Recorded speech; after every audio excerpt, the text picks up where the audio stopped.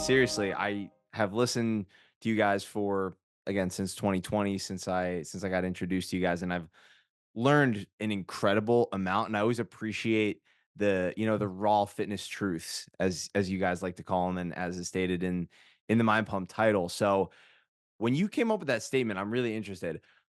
w- How did you come up with like raw fitness truths? And like, I know there's got to be a story behind that. Yeah, I mean, so we weren't media personalities or trained in media, or presentation in that sense in any way, shape, or form.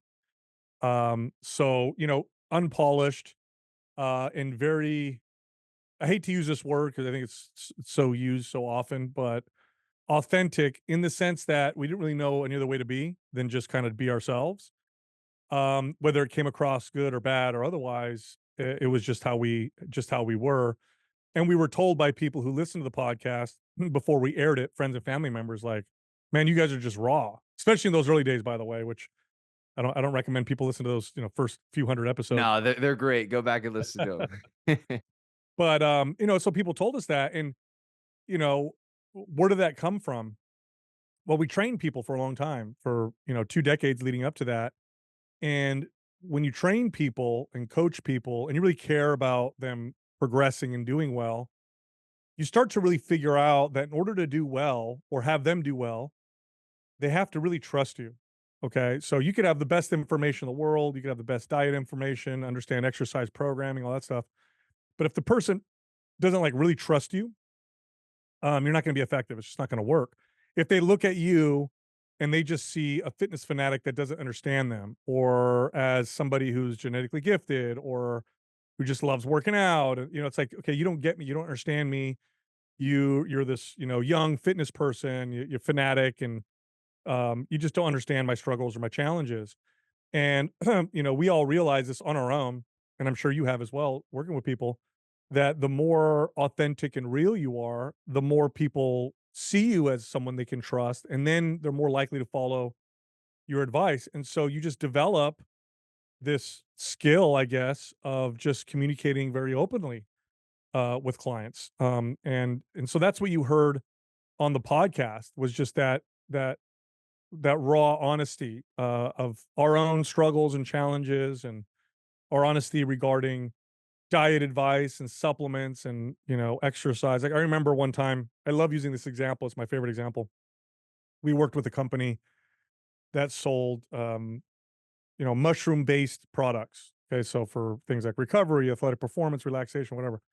And so we loved their products, we loved them, and so we started working with them, and they were a sponsor of ours, and the way that we do our commercials, some of them, is we discuss personally what we've experienced with them, or I'll bring up a study, and it's kind of conversational, more of an organic, type of commercial, but it's authentic. It's always based off of a real experience. So we were talking about one of the products, and Adam says, "Oh man, yeah, I really like, this product, but it does taste like crap, but it really works well." We got a call from their marketing department, right? Right after we released the episode, of course. Like, "You got to take that down. Like, you can't say that it tastes like crap or whatever." And we were like, "Look, here's the deal. Our customers, or your customers who heard about it through us, they're gonna taste it, and it does taste like crap." I said, "But why don't you wait until you see the conversions before you decide to pull the plug with us?" And so we convinced them to wait. And we said, "We'll let you out of the contract if you don't see the conversions that you like." Well, they called back and they said, "You're right. You guys convert higher than anybody we've ever worked with." And it's because of the honesty. Like, our listeners know we're going to tell you straight up the truth on the stuff that we talk about, and they trust us. As a result, we convert really high with our sponsors, and if we direct people in a particular way, they trust us. But we learn that through personal training and through coaching, and so that's what you get. That's what you get on the podcast, for better or for worse. Is that, what we say, right? Raw fitness truth, unfiltered. So when you guys started Mind Pump, were you all still training? Was it a side thing, or did you just go all in on it right away? No, we so at that time, Justin was training people on his own private business. I still had my studio. I had a wellness studio. Adam had left fitness for the most part. He was still doing some group stuff. He had left fitness, and at this point, he had just left the medical marijuana industry. But leading up to that, he'd been in fitness that entire time. So all of us, for the most part, had kind of full-time jobs, and, we had families to support. Adam had the greatest ability to just completely go full mind pump, but, Doug has a daughter, Justin has kids, I had kids, and so we couldn't go full on. So it was a side thing that we did. So we would meet once or twice a week. We would record podcasts, till 9 or 10 o'clock at night, and we did that for about a year. And, during that period of time, we saw the show grow, we saw the reach grow, and we would get emails and messages from people where they were basically asking us if there was anything they could buy from us to support the show. And we got so many of them towards that end of that year that we saw that it was a good time to monetize. And then we did, we monetized. We sold Maps Anabolic, which is our first, fitness pro which, by the way, Maps Anabolic was completed, done, everything was ready to go before Mind Pump even started. But we wanted to wait to provide a lot of value before we ever, asked for money. And, at the end of that year, we launched Maps Anabolic, and we had got a great response, and then that was it. We said, "Okay, we got a business here," and we all left our jobs and went full time. Maps Anabolic is one that I have given to so many of my clients. It's kind of like the one that I would use for every client that I onboarded, because everybody had some sort of muscular imbalance. They needed to practice the movements, Yeah, and just get better at them. And, it focuses on so many things, movement quality, but also like frequency. It's incredibly well done, yet so simple yeah, at the same time. So, and it's not crazy. It's not like you have to be in the gym for 6 no. hours a week. It's 3 sessions a week with some trigger sessions. So, why do you think MAPS Anabolic has continued to do so well over the years? And, what was it what were the principles that it was based on when you built it? So when I'd been working out personally since I was 14 pretty fanatically and studying exercise and diet and supplements, and at 18, I became a personal trainer, so then I started training other people, and I've just been a student of it, and I still am. Like, I absolutely love learning about, exercise, how the body adapts, human physiology, human psychology, which is very important if you train other people, how, adaptation processes and all that, and so I've just always studied it. Early days, the most of the information you could get were from magazines, so it was like Flex magazine, Muscle and Fitness, Iron Man, Muscular Development, Muscle Media 2000, you name it, I had all of them. And then you would go to a library, and I would read, about Soviet era, Soviet studies. So the Soviets had some pretty interesting studies on exercise and on herbs and supplements. The Germans had, commissioned a portion of their government to study, um, herbs and homeopathic medicine and stuff like that. So they actually had some funded stuff. So I would find these things and just read about them, and I was just constantly reading about them. At one point, and I learned a lot, doing this. And then there's also trial and error and applying it yourself and all that stuff, and then training other people. And at one point, I got really fascinated with the training techniques and strategies of, strength athletes and performers of what they would call the Bronze Era. So these are like late 1800s, early 1900s athletes. And the reason why I was so fascinated by these people was, first off, their feats of strength were mind blowing. Like Sandow doing a one Mm. arm bent press with 280 pounds. The one arm supported bent press with 280 pounds. Just insane feats of strength. They're recorded and documented, so it's all legit. But what was more impressive about that era was that there were no anabolic steroids, there were no supplements. It was just barbells, dumbbells. They didn't even have benches, in fact, or racks. It was just the barbell and dumbbells. And so I would read about these feats of strength, and you'd look at their physiques, and they were still impressive compared even by today's standards. And I was like, man, I wonder if there's anything I can learn from how they train. So there was this website that I found, Old Time Strength, I think it was called, and they had books on there. And I didn't realize that a lot of these old athletes had published books. Like, holy cow, I can read. what they wrote. So I bought all these books and I looked at their routines and I saw a lot of things in common. And one of the main things that they had in common was everybody trained full body 3 days a week.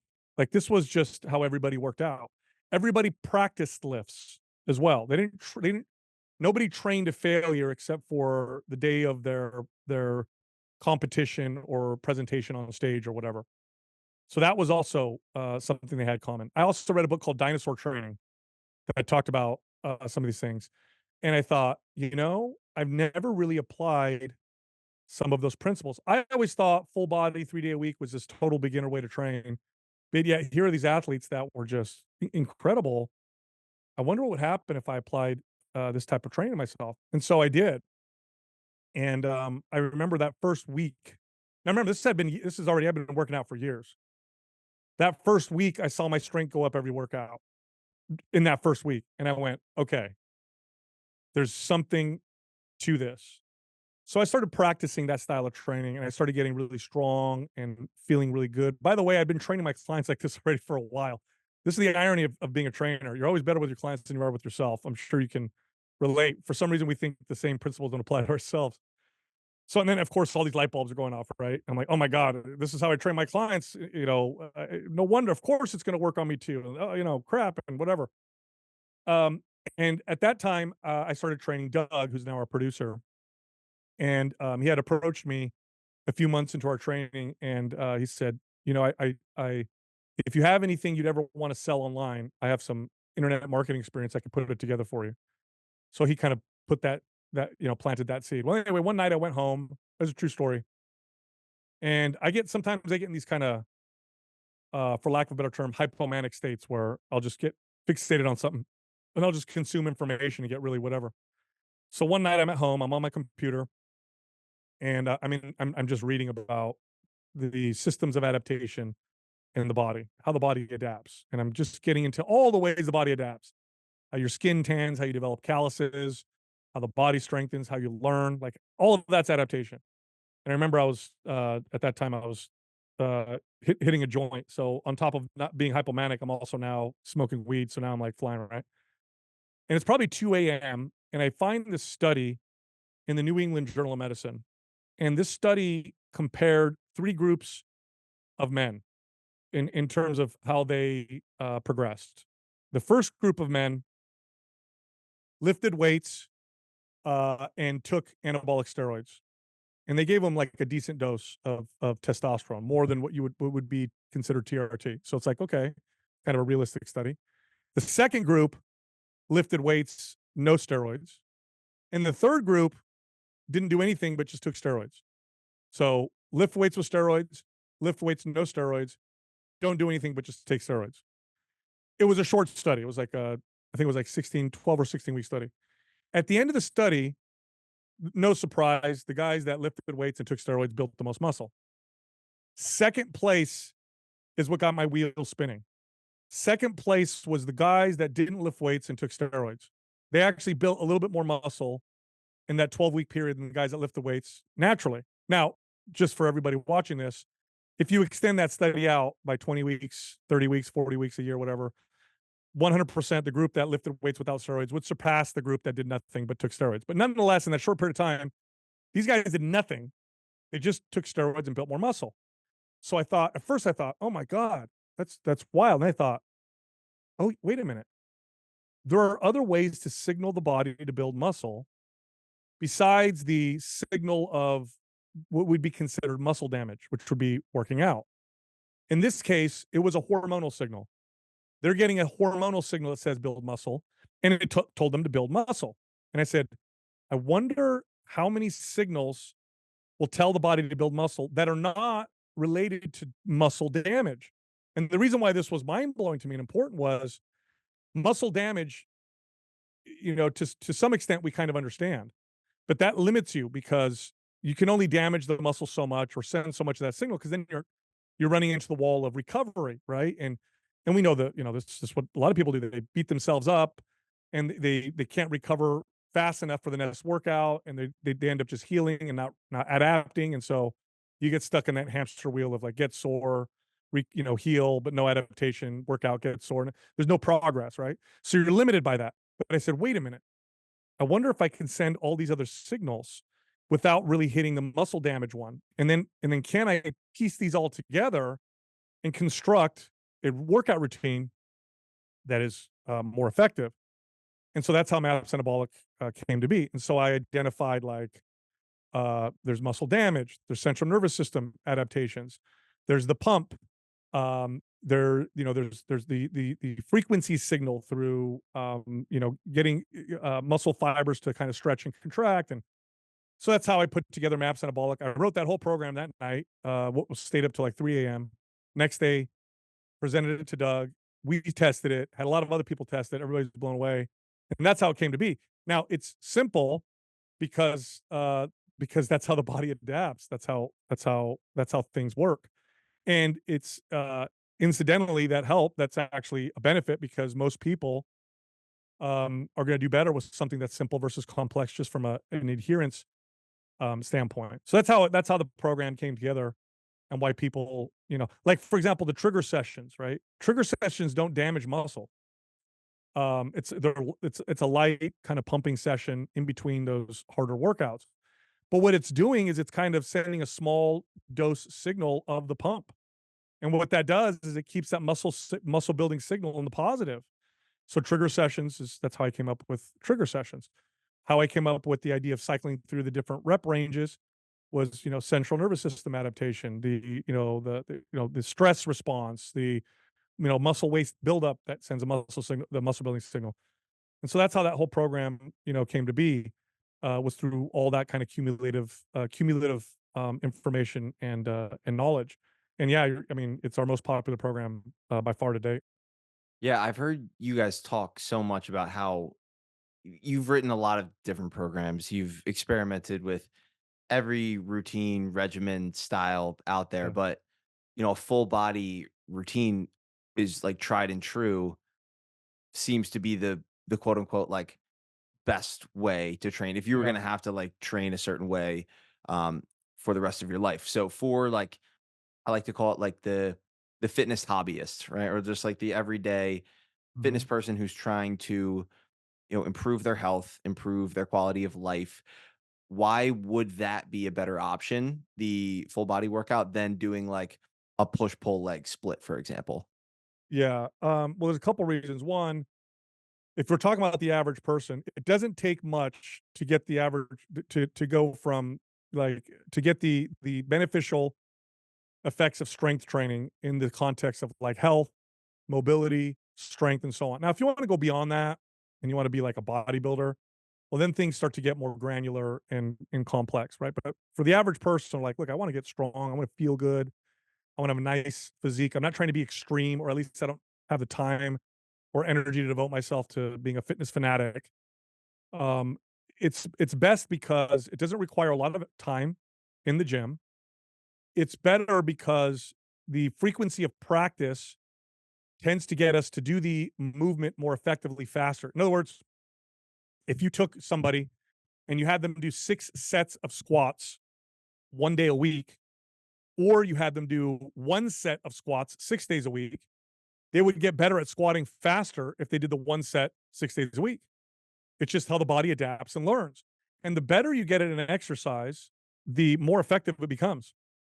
Like a squat, for example, could give you tremendous results, but those results are dependent on your ability to do that squat well and to connect to that exercise very well. If you can't, then it's not going to give you its full potential. Mm. Practicing often just works best. It also tends to cause less damage to the body, rather than this like 6 sets all in one workout or 10 sets or whatever. That less muscle damage, more frequent application tends to cause better adaptations in people. Also, if I tell someone to work out full body 3 days a week and they miss a workout, they still hit their whole body 2 days. If they're doing a split, what you tend to see, and this is experience as personal trainers, you tend to see that when they do miss a workout, it's always that one workout that they don't necessarily like leg day or whatever.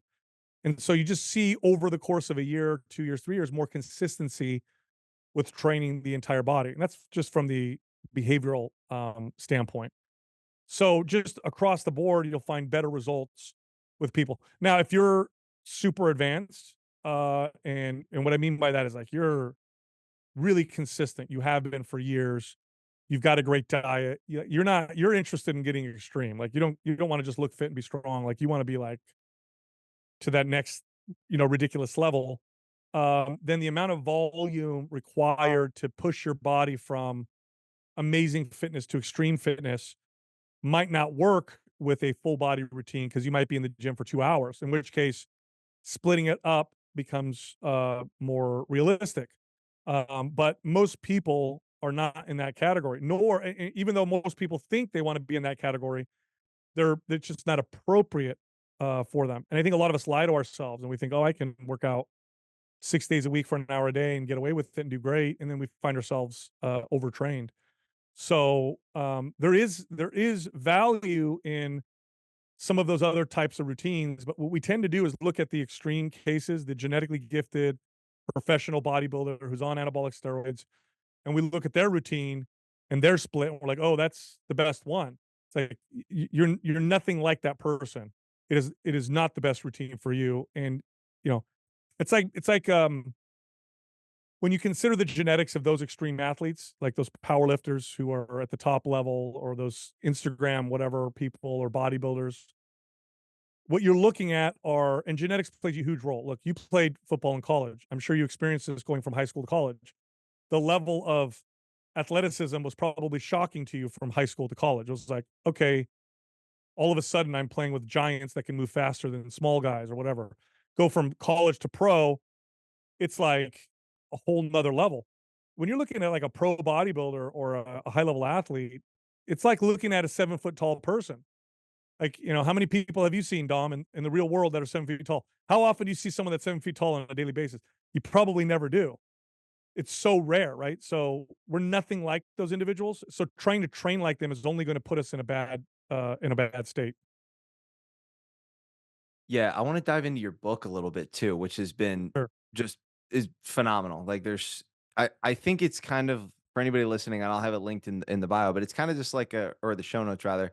It's like a blueprint for, like, if you're trying to live a, happier, healthier, more fulfilling life, like, just open that thing up. Every chapter is packed full of value. So, I'm curious, with all the free information that you put out a new episode every single day. Like, what Mm. was the draw to kind of package everything together into a book? And where does the name Resistance Revolution, like, how'd you come up with that? I'd always wanted to put something together in a book, but I had no, I've never written anything longer than a 3,000 word, white paper or blog. And then we started MindPump, and this took up a lot of our time and energy.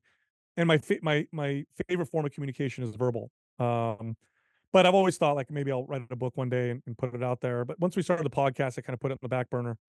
We got contacted by a major publisher who identified our podcast and everything, and they said, "Hey, would you guys like to write a book? We would be interested in looking at what you guys might want to put out." And I was like, "Absolutely." Especially because you guys are already a publisher, so you'll be able to handle all the stuff I don't understand, how to put together or whatever.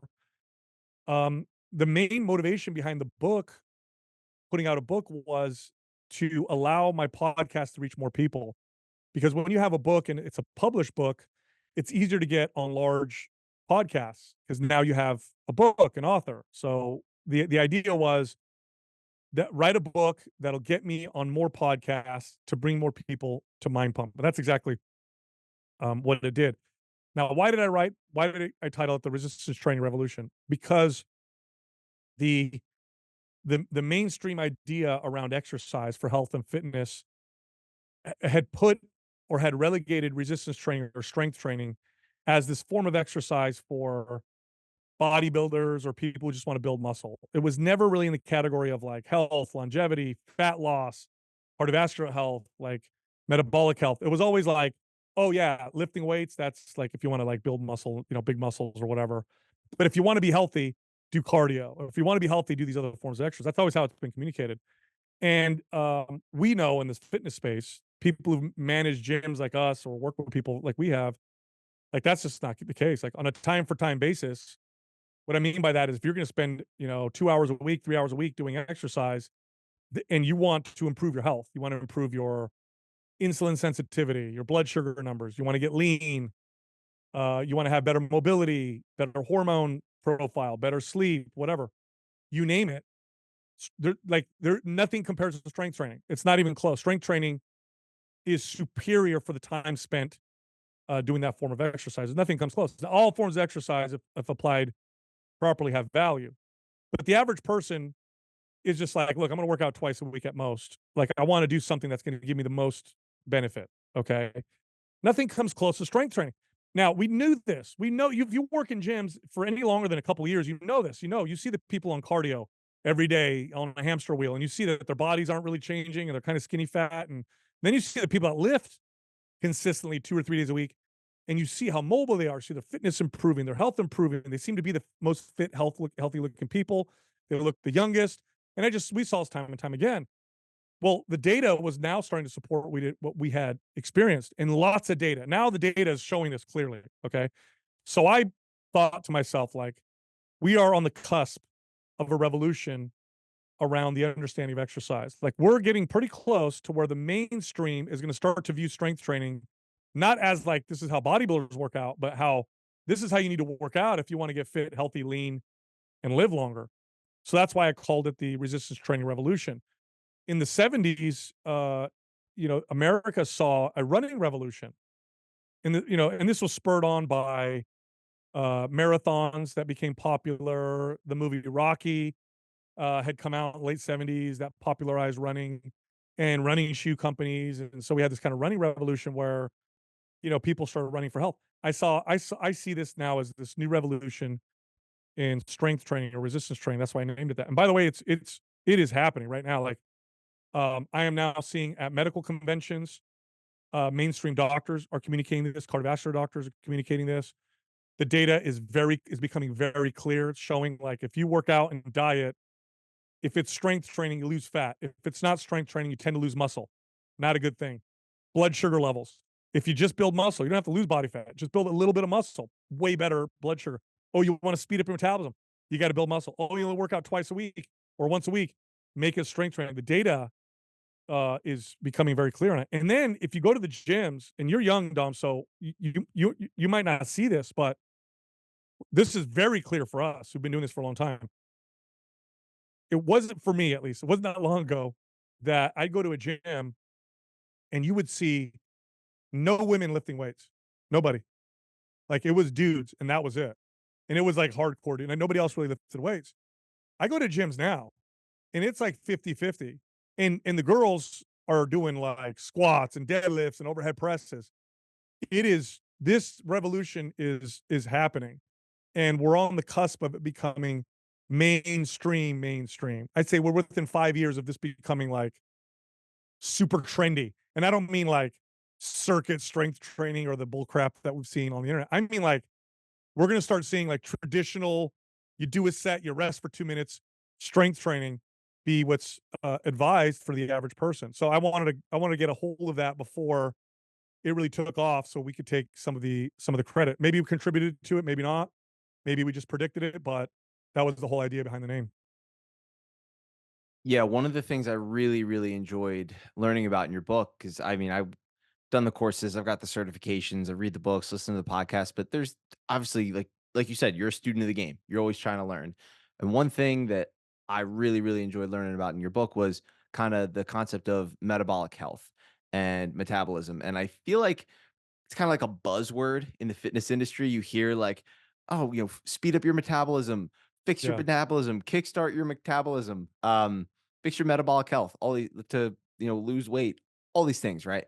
So, for a person who's heard that a million times and has just doesn't really know what that means, like, what is your metabolism and, metabolic health, and why is that important for, building muscle, losing body fat, Yeah. longevity, all those things? So the metabolism great question. What is metabolism? The metabolism, mammalian metabolism is the second most complex thing that we've identified in the universe. The first being the human brain or the mind. So it's super complex. In fact, maybe 6 months ago or so, we I found a chart that illustrated all the chemical actions, interactions, and how metabolism works from what we understand, which we still don't understand. We understand such a small piece of it. And it was like this chart that was like the writing was so small that you have to use a magnifying glass to read everything. It was like it's so complex. But in a nutshell, your metabolism is how your body converts food into energy, how it builds tissues, how it replenishes tissues, how it removes tissues. Okay, so that's the metabolism. Now, in the context of the average person, when they hear metabolism, what they hear is like how fast I burn calories. So how many calories I burn on any given day. Now, healthy metabolic, being metabolically healthy just means that your systems are operating well, your body's sensitive to insulin, your hormones are balanced, and you're not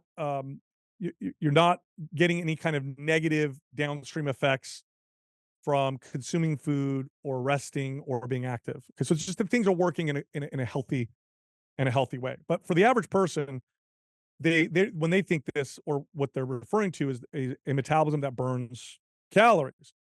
Now, in today's world, a fast metabolism is a benefit. This wouldn't necessarily be a benefit 50,000 years ago. 50,000 years ago, if you had a super fast metabolism, you might have been screwed because food is hard to come by in nature. Until we had the agricultural revolution, like, you ain't gonna get a lot of food, most days. So a really fast metabolism, you would have been dead. Um, but today, a fast metabolism is a benefit. If you have a fast metabolism, it allows you to live in this world, which is so radically different from the ones that our ancestors lived in, where it's calories and energy is so abundant that far more people die of too much than of too little in modern societies. So, and a fast metabolism is a buffer from that. So if you take in less calories than you burn, you can get away with a lot. Now that doesn't mean you can just eat complete garbage because there's a lot of other things that happen.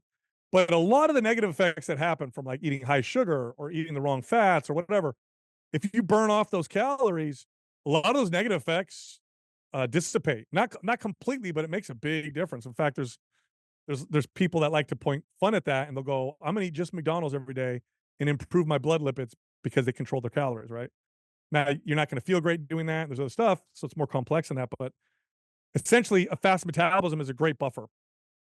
And so, in today's world, what you want to do when you work out is you want to work out and you want to eat in a way to speed your metabolism up. That way, you can, you don't have to like resist living in this world all the time, and you can enjoy foods and feel good. And so that's the goal. How do you speed up your metabolism? Well, you build muscle and you feed your body to do so. In a nutshell, that's the best way to do so. And muscle itself is very metabolically active, very insulin sensitive. It's a storage vessel for carbohydrates and sugars. And so it's just this incredible buffer. Now, if you diet and you don't lift weights and you don't eat adequate protein, or you diet and you do lots of cardio, your body will adapt to slow its metabolism down. The way it does it is by paring muscle down. So you end up losing muscle as a result. And then back on that note on metabolic health, a sizable minority, and I say sizable minority because it's not a majority, but like 20%, 25%, in some cases, as much as 40% of people who suffer from heart disease, diabetes, cancer, are not overweight. So here these people are, and we think obesity is the main problem. Here we have millions of people who die from a heart attack or get diabetes, and they're not even overweight. What the hell's happening here? Well, what's happening is that they're under muscled. They don't have healthy quality muscle. What's probably the case, and the data now is pointing this direction, and I think I agree with this, is that obesity is not the problem. I think the obesity is a symptom of the main problem, which is we do not have enough strength and enough muscle, and the muscle we do have is not healthy.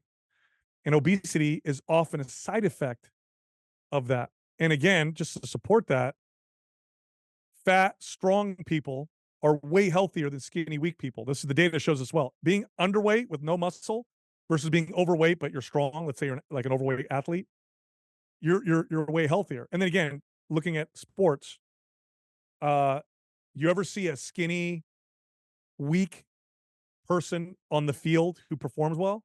No. You ever seen someone who's a little overweight but can perform well because they're strong? Yeah. Yeah, you see that all the time. So I don't think the issue is obesity. I think obesity is a part of the main issue, which is lack of muscle. And it makes sense. If you look at our lifestyle, um, the main adaptation to our lifestyle is not obesity. The main adaptation to our lifestyle is weakness, is getting weak, not having enough strength. You know, they this is one of the reasons why one metric is a greater predictor of all-cause mortality than pretty much any other single metric, which is a simple grip strength test. And grip strength is just a proxy for whole body strength, right? Like, just having someone test their grip strength will give you a better prediction of whether or not they're gonna die sooner or later than almost anything else. So that right there will tell you, like, it's it we need to focus on building some strength. So obviously lifting weights, getting strong, that is like the main thing that people can Yeah. do for the metabolism. But you also mentioned there like eating less, as a means for, overall health and longevity. But at some point, person is going to have to be in a calorie surplus for a period of time in order for them to gain muscle. No? Yes. So you wanna eat high protein regardless, because that across the board seems it's beneficial whether you're losing weight or gaining weight.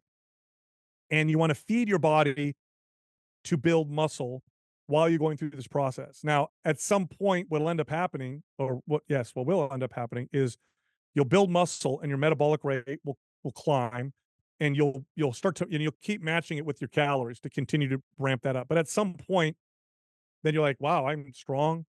I've built some great muscle. I feel good. Now I wanna get leaner." This is then when you drop the calories. But now because you're at such a high place, at least in relationship to where you were before, now you could drop the calories and you're still, it's not like you're eating nothing, right? So, because what a lot of people do is they just cut their calories. They don't lift weights or do strength training, and they cut their calories, they lose weight, they lose muscle along with it. They plateau because their metabolic rate slows down, and then they gotta cut their calories even more. Then they end up in this really unsustainable place where, they're eating super little, they're on the treadmill, 5 days a week, and they still have, whatever, 15 pounds, of to go.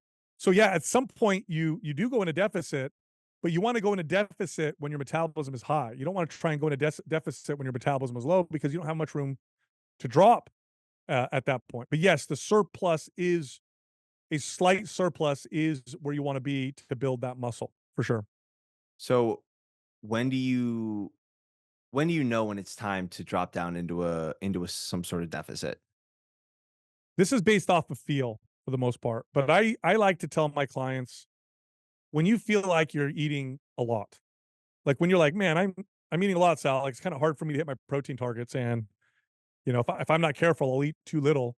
That's when I know, "Okay, we'll cut." Or to put it differently, when you get to a point where you'll be comfortable dropping 5 to 800 calories and maintaining, that's when I think we're in a good place. Because at that point, what we're looking at is consistency. Like, you want to be in a maintainable place because the challenge is not weight loss. The challenge is keeping the weight off. People lose weight all the time. Everybody gains it back. So it's really about, like, let's consider maintenance. Let's start with the consideration of how can I maintain this, not let's just lose this and then figure that out later. Hmm. So what is the value of just being in maintenance versus getting s getting stronger, having a focus on getting stronger or putting on muscle or decreasing body fat, getting leaner. I always go back my football coach used to always say, like, "You're either getting better or you're getting worse." So this Yeah. concept that there's, like, this gray area of just, Yeah. like, maintaining, that you hear a lot. Um, what are your thoughts on that? And, kinda how would somebody go about that? Well, physiologically, maintenance doesn't really exist because you're never gonna be you'll never eat the exact perfect amount of calories that you burn for the day or whatever.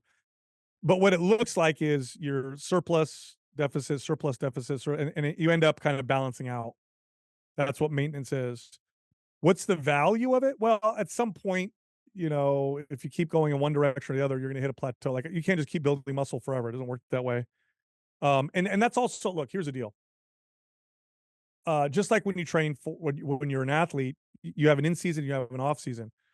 90% of your training and diet should be to kind of feel good and coast. 10% are these sprints. And that's really the best way to approach it. Now, when you first get started, you can eat in maintenance and still build muscle and lose body fat. In fact, that often happens in the very beginning because your body is very quick to adapt when you go from sedentary to something. But at some point, then it becomes more of a, you have to be a little bit more planned about it. But I like to tell people to alternate. You want to go through periods of being in a small surplus, then go through periods of being in a slight deficit. We call those mini cuts in mini bulks. It also kind of mirrors life. There's gonna be days when I'm gonna go out with my wife and we're gonna eat more and enjoy myself more. There's other days when I'm gonna be busy, not eating as much. I think at some point you settle into that if you do this the right way and develop the right relationship with nutrition. But in the beginning, it tends to be more planned because you got to develop that self awareness of what that feels like and what that looks like. Mm. But like I said, if you do this long enough, then you kind of settle into that space. Yeah, one thing that I really loved that you touched on in the book was just the concept of the why versus like the what and the how. Like just starting with the why and why you're doing it. So, when people are thinking about their health, when people are thinking about their long-term journey, why is it so important for them to have a why? And then kind of adding on to that, like what is your why at this point in your life Yeah. of why you choose to eat right, exercise, and move? The why is what leads to the relationship that you develop with the behavior. Okay. So if you want a long term, because it is a relationship. So ideally, when you start working out or exercising, ideally, what you're thinking to yourself is, I'm never going to stop. Like, I'm going to start this. And the goal is to never stop. So do this for the rest of my life, right? Because you need it. I mean, I don't think I need to make that case, right? Now, the hard part is doing that. But ideally, it's like, I wanna start eating better, and I wanna start working out regularly, and ideally, if in a perfect scenario, like, I could just never stop, and I'm always consistent.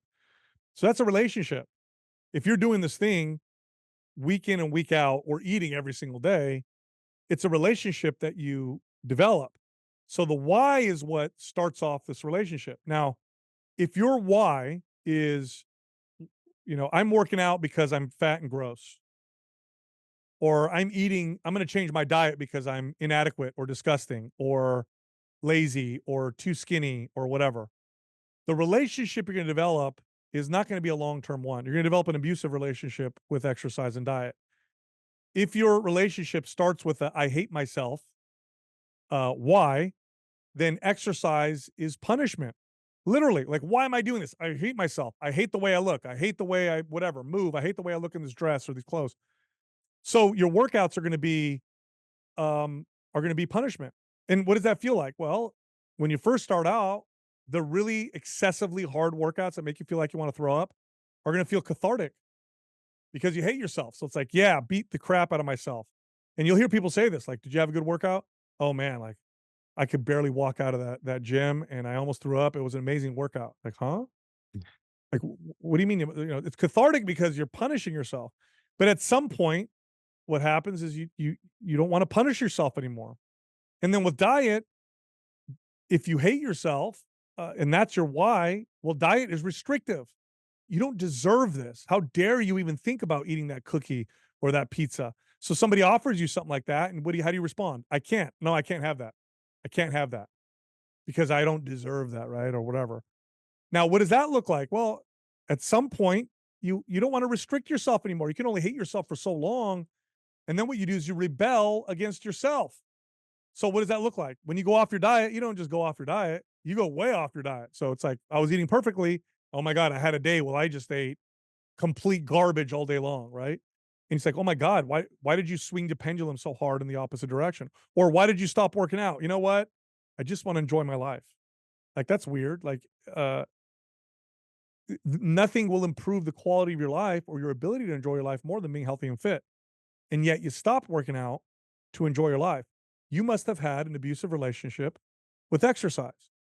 Now, if you start with the why that sounds like this, I'm going to start working out because I care about myself. I care about myself enough to take care of myself.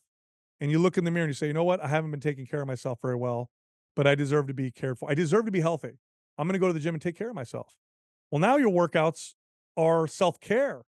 Now they're appropriate. You're not going to leave the gym like you want to throw up. You're going to train yourself in a way that's appropriate. Oh, that feels good. It was kind of hard, but it feels good. I feel more energized. Your diet is not restrictive, it's nourishing. When somebody offers you a slice of pizza, you either say, yes, I'd like one, or no, I wouldn't like one. It's a different relationship altogether. By the way, that doesn't mean you don't identify that it tastes good. It just means that you might say, "Yeah, I know that'll taste good, but I really don't want that because I wanna care for myself." Or you may be like, "Yeah, you know what? Yeah, I'll eat that pizza right now. We're all hanging out and have a good time." You don't have the same rebellions, with this process as well. There's steps back that you take, but it's not like the ones you take when the relationship, is a poor one. So the why is what leads to the relationship that you develop, and that is the most important thing when it comes to consistency is the relationship you have with this behavior. That's why the why is so damn important. The how, the what doesn't matter if you start with the wrong why. If you start with the wrong why, then I don't care how perfect your routine is or whatever, you're going to treat it it's going to be abusive and eventually you'll stop and you won't be able to continue.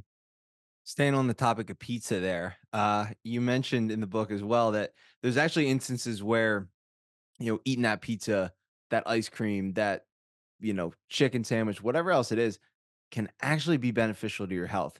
Yeah. Can you elaborate on that a bit? Well, if you think of your health as just your physiological health, your blood sugar, your body fat percentage, your athletic performance, muscle, then yeah, pizza is probably not healthy for you. But if you consider health for what it really is, which is physiological, I just mentioned that, but it's also relational. It's like in other words, the people around me. It's my spiritual health. It's the appreciation of flavor and experience, the appreciation of the world around me. It's sleep. It's, my relationship with money. Like, if you look at health for what it really is, are there times when eating pizza is healthy? Of course. Like, what if I'm like, gonna go see my friends? I haven't seen them for a few weeks and we're gonna hang out and man, we're gonna have a great time. And part of that is we're gonna have some pizza and some beer and connect. Is that healthy? Of course it is. Of course it is. This is why sometimes you'll find studies that show drinking a glass of wine is healthy. It's not the wine that's healthy.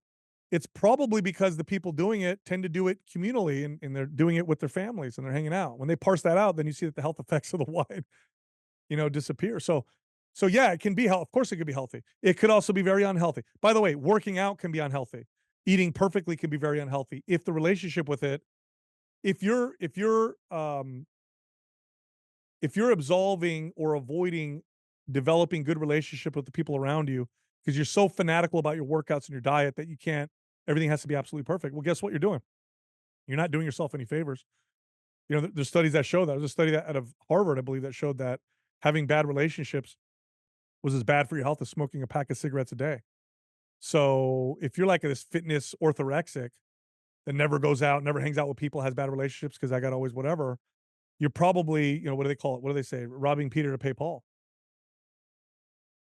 Yeah, that's interesting and kind of like reassuring for me too. And for people, it's like, there's a difference between like being disciplined and then not just having a life. And I know you mentioned how like social isolation is just as detrimental, like as you mentioned, like smoking or obesity or anything like that. Yeah, it's health is a lot of different things. Spiritual health is there too. I mean, Mm. um, and I'll tell you, some of the most unhealthy people are fitness professionals. Yeah, they look ripped because they're fanatical about exercise and diet, but They've got really bad, oftentimes body image issues, self-esteem, relationships in their lives, and they sacrifice their health in pursuit of looking a particular way, oftentimes. So we got to put these things into context for people. Otherwise, we're going to do it as fitness experts who want to help other people. We're going to do people a disservice. We need to be able to communicate this the right way if we're going to make an impact. All right, I need a raw fitness truth here because this is one that is super like I can't figure this one out. It depends who you ask. I just read a good amount of Peter Attia's book Outlive, which was great. Um, One thing that I diving into more of his stuff is he does talk about the dangers of red meat and saturated fat, and then you hear other people like the Paul Saladinos of the world, the Dr. Sean Bakers, the extreme. They eat tons of saturated fats and red meats and raw dairy and all those things. So I need you to clear the air here. Like, are there dangers to saturated fats? Should we avoid them? Do they cause heart attacks and cardiovascular disease? Like, what's going on? Yeah, there's so much more to that than so all right, first let's parse out the polymorphisms where some people seem to have blood lipids that respond negatively to the intake of saturated fats. Okay, so there are people that do have to watch their saturated fat intake because when they eat a certain amount, you'll see their blood lipids just go all over the place. So, and that's not a huge percentage of people, but let's parse those people out. All right, everybody else, context matters, and also I hate that this is the part that annoys me as a trainer. So Peter Attia, great guy, brilliant, but you could tell he's never trained a single person in his entire life because he gets stuck on the minutia and misses the big picture. Oh, red meat. Okay, listen, nobody's dying because they're eating too much red meat. They're dying because they're eating heavily processed foods and nobody's exercising. And all we're doing is confusing the shit out of people. So now they're like, I'm not gonna eat that steak. I'm gonna eat this vegan burger patty instead, which is like 50 million ingredients, highly engineered, heavily processed or whatever. So aside from people whose blood lipids respond poorly to saturated fats, telling people red meat or this whole natural food is unhealthy is stupid. It's one of the most nutrient dense foods on the planet. Uh, the average person, if they do eat anything that's whole and natural, it's typically milk, meat, or eggs. And if we attack those foods, all people are going to do is take those out and replace them with more heavily processed foods. It's a stupid message. It's not helping anybody. So yeah, we can get into the debate, red meat versus whatever, but no, it's dumb. That's not. We're focusing on the wrong damn thing. And for most people, you know who gets caught up in that? People that know nothing about nutrition. So the average person, "Oh, I heard red meat's bad, so let me eat more of this, vegetable-based whatever, frankenfood." Or like the super crazy fitness fanatics. Uh, First of all, if you're that crazy fitness fanatic, stop worrying about red meat versus not because you're doing great. You're fine.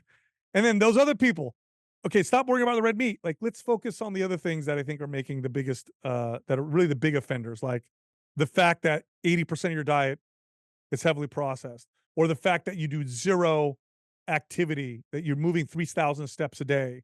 Like, let's look at the fact that you get barely any sunlight. Let's look at those things first and let's go down that path. And then if you have one of those polymorphisms, then we'll look at that. But no, it's this people get caught up in this red meat debate. Like they'll talk about eggs or whatever or dairy. Like nobody's getting sick and dying because of that. That's not what's happening. That's not the problem. Raw dairy is something that has had a huge impact on my life. Raw milk, raw cheese, raw kefir. My gut health has gotten tremendously better, if nothing else. On top of that, like really not having any seasonal allergies anymore. Um, it's really is a superfood, and I've heard you mention it as well. I know though that you are pretty lactose intolerant. Are you able to tolerate raw dairy? No, you're not. I can't have any dairy. Okay. And that's there's a decent segment of the population that can't have dairy. And you can break that up into two categories: lactose intolerant, and then there's just dairy intolerant. I'm dairy intolerant. So even if you take out the lactose, it's the dairy proteins that I seem to have an immune response to. But if you're not in those categories, okay, if you're the 70%, I think, or so of people generally, but it depends on where the people are from, whether it's greater like if you're Northern European, you're probably fine. If you're Mediterranean, a higher percentage can't have dairy. If you're, Asian or whatever. But generally speaking, 70% of people probably perfectly fine with dairy. Full fat dairy is a superfood. I mean, it's super nutrient dense. It's the protein is super high quality. You're going to absorb a lot of the nutrients that you intake with them. It's very satisfying. It's an unprocessed food for the most part. People have been consuming this for thousands of years. And raw dairy from healthy cows is better because the enzymes that are naturally present in dairy, the natural bacteria that's in there, seem to be beneficial. And in some people, you'll see this often. They'll have pasteurized milk and they'll develop allergies and stuff like that. Then they'll go raw and they'll have no problems whatsoever. So it's definitely a super. And then for like people like who want to go in a bulk or take protein shakes or whatever, it's like, can you have dairy? Yes. Just drink raw milk. Like you're set. Like that's like the best protein drink you can find. Couldn't agree more, man. Couldn't agree more. The more raw milk I drink, the less I have to rely on protein supplements and things like that. Yeah. One last thing that I really wanted to touch on as we're kind of getting towards the end of this is you mentioned it a few times and really, really enjoyed hearing you talk about it is just, your journey with, spiritual health and how that has impacted you developing a spiritual practice. So when did you adopt a spiritual practice and what have been the benefits in other areas of your life been from it? It's been a journey, that I've been on for a long time. I've always, uh, for as long as I can remember, I've always searched for answers to things. I was always very curious. I grew up, in what you would call, I guess, a holiday Catholic family. So we'd go to church on Christmas, but we really didn't practice. Mm, Priester. yeah, and Easter, right? But Yeah. I wasn't. I was baptized, and that was it. Um, But I was always searching, and so the searching first led me towards, atheism. So I became an atheist, but I continued to search. By the way, like, real atheists, are typically more spiritual than the average person because a real atheist is, like, looking for answers, okay? Most people are just they don't look at all, they don't even consider it. But that was me, I was always looking, right? And at some point, I realized the arrogance, for me at least, the arrogance of my belief, and I thought, here I am saying absolutely for sure there is no God. When if you just look at the strangeness of the universe, like we don't have all the answers. So I think I'm more agnostic. So then I became a little bit more agnostic. And then I started to realize the wisdom of the Judeo-Christian religion, or practices. And the first way that I realized it was realizing the strangeness of modern Western societies and how we take them for granted. For example, the concept, we all take this for granted, right? The concept of rights or liberty, right? The idea that all people have these rights that you're born with and that should be protected, right? This is in the Constitution. That is not a self evident idea. In fact, it's so counter to nature. Like if you look around, is anything equal? For all, I mean, for the vast majority of human history, if I'm bigger and stronger than you, then I get what I want and you do what I say. That's what's evident. If what's really evident with if you just observe with just normal human intelligence and you look around, you're like, that's natural. It is a very strange and weird idea to say that everybody has these inalienable rights. And then to think that the founders of America came here and that's the whole point of how they developed America.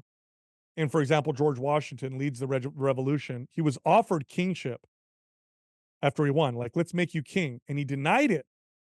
No, I believe in this idea of inalienable rights. Where did that come from? It came from the Christian religion, the abolishment of slavery. Where did that come from? Why did we abolish slavery? It came from the Judeo-Christian religion. People like to say, "Oh, America had slaves."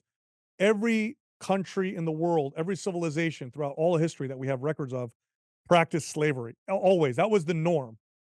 It was this belief that originated from the Judeo-Christian religion that eventually led to the abolishment of slavery. It's eventually what led to allowing women to have the right to vote, to participate in society that way. And I thought, wow, that is some wild idea and wisdom that's obviously led to one of the most successful societies ever. Maybe there's more wisdom in there. So I kind of opened my eyes, opened myself up to it a little bit, but I still wasn't taking that leap of faith of, that there's a God. It was just more like, I wonder what other wisdom there is in there. And then as I started to open up more, I was like, oh my God, there's a lot of really interesting, like things that I didn't really understand, like some really incredible wisdom. And then I found Bishop Barron. Bishop Barron had done a video where he had talked about Jordan Peterson on YouTube. And at the time I was reading Jordan Peterson's book and I heard Bishop Barron. I said, oh my God, I want to talk to this guy and have him on my podcast, which was kind of a weird idea. I was like, this was like 7 years ago, having a Catholic bishop on our podcast. In fact, we were a little bit like, I wonder if that's going to hurt the show. But thankfully, my business partners are like I am in the sense that we don't care. We'll do what we want anyway. So we reached out and they accepted. We went down and I interviewed Bishop Barron. And that first interview was I was genuinely asking questions for myself. And I felt so spiritually pulled by that meeting his staff. Father Steve was a good friend of mine. He's one of the producers of the show, and he's just like this jacked priest, right? He's like, you could like this dude lifts. I remember looking at him like, what? You work out? And he's like, yeah. He's like, well, yeah, I listen to your podcast too. I'm like, no way. So we became friends. Everybody was so kind and so at peace and open to no matter what question I asked. And then I met Arthur Brooks. He's one of the nicest people you'll ever meet. Oh, love And so his I just stuff. Yeah. yeah, and I just kind of became more and more open to it, and I kept searching. And at some point, I reached this point where I had to take that leap of faith, which is okay. Like I believe in the value and the wisdom, and I can see that this is incredibly valuable. But now I'm at the point where do I accept the metaphysical? Do I accept Jesus? Am I ready to believe in God? And that was a struggle. But then I took that step. What's the impact been? I mean, for lack of a better term, it's been profound. Nothing has impacted me like my relationship with God and with Jesus and following the Christian religion. Like nothing matches that. I mean, it's changed me from the inside. It's really weird to say too. I was talking to Father Steve and I talk somewhat regularly. I'm going through RCIA right now, which is the process of going through Yeah. the sacraments for the Catholic religion. And it's weird, man. It's like I tell him, I'm like, man, I feel transformed from the inside. And what I mean by that is, let me just try and use an example that might make sense. Okay, so like, let's say you get started on your fitness journey, and initially it's like discipline. Like, okay, I got to eat like this, I got to exercise like this, but you're doing it the right way. You're doing it with the right why, like I said earlier. But still, it's like, okay, it's kind of hard. I got to be consistent. I got to develop this behavior, whatever. But then at some point, what happens if you do this right is you start to eat healthy because you really enjoy it. Like it just kind of becomes a part of who you are. And you exercise not for the results, but just 'cause you enjoy the process and the journey. And that's a great place to be because you'll never stop at that point. So you've been transformed in where you have this natural balance with your diet and this natural balance with exercise that can be developed over time. Well, that's happening right now with me um, through this practice where sin and temptation in many cases, and I think this will be a lifelong struggle, but in many cases, the old temptation and the old way that I viewed sin, which was like white knuckling it, like, "Oh, can't do that. Don't do that. Don't." It's like I see and feel the sin in it, and I don't want to participate in the same way. I feel transformed from the inside. It's a really weird experience to go through, but again, it's been very profound and profoundly in the positive for sure. I find myself like I know the difference between joy and happy.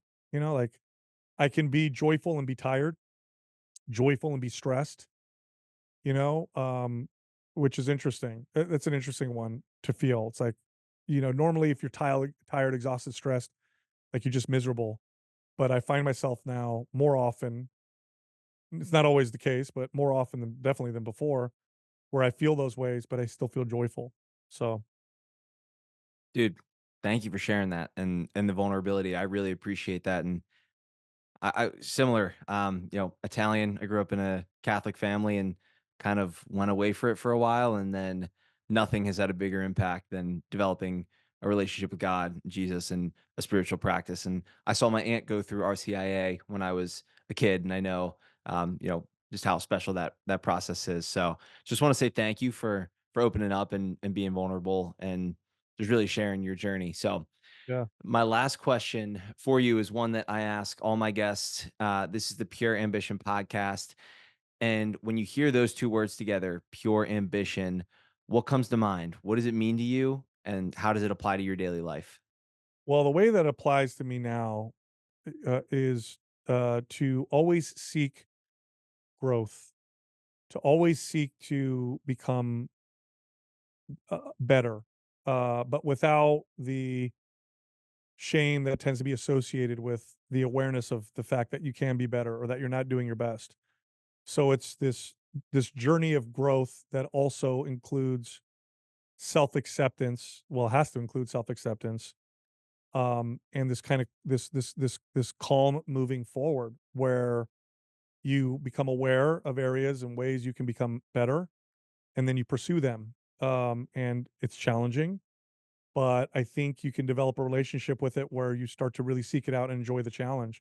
And that's right. I'm really trying to reach. Unreal, man.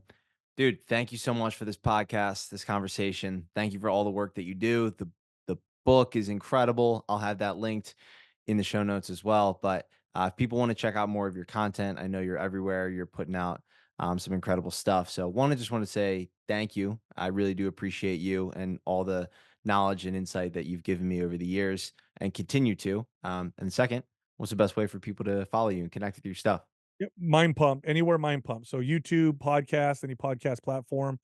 Just check us out there. That's the best way to get our content. And I appreciate you for having me on your show, Dom. Thanks. Absolutely. Like I said, guys, Sal has had a huge impact. We've never even met until today. But his stuff is incredible. Him, Adam, Justin, Doug, they're doing amazing stuff over at Mind Pump. So go check them out. Thank you guys so much for tuning into today's episode. I wanted to give you all a heads up too that I launched a free community on the Upspace app where you can join, ask me questions, connect with like-minded individuals, follow my 4-week running and strength training program that has some dedicated mobility sessions in there as well, so that we can all optimize our health and fitness together. So if you're interested, head over to the App Store, download the Upspace app, and join the Pure Ambition community today. Love you guys, and I'll see you in the next one. Peace.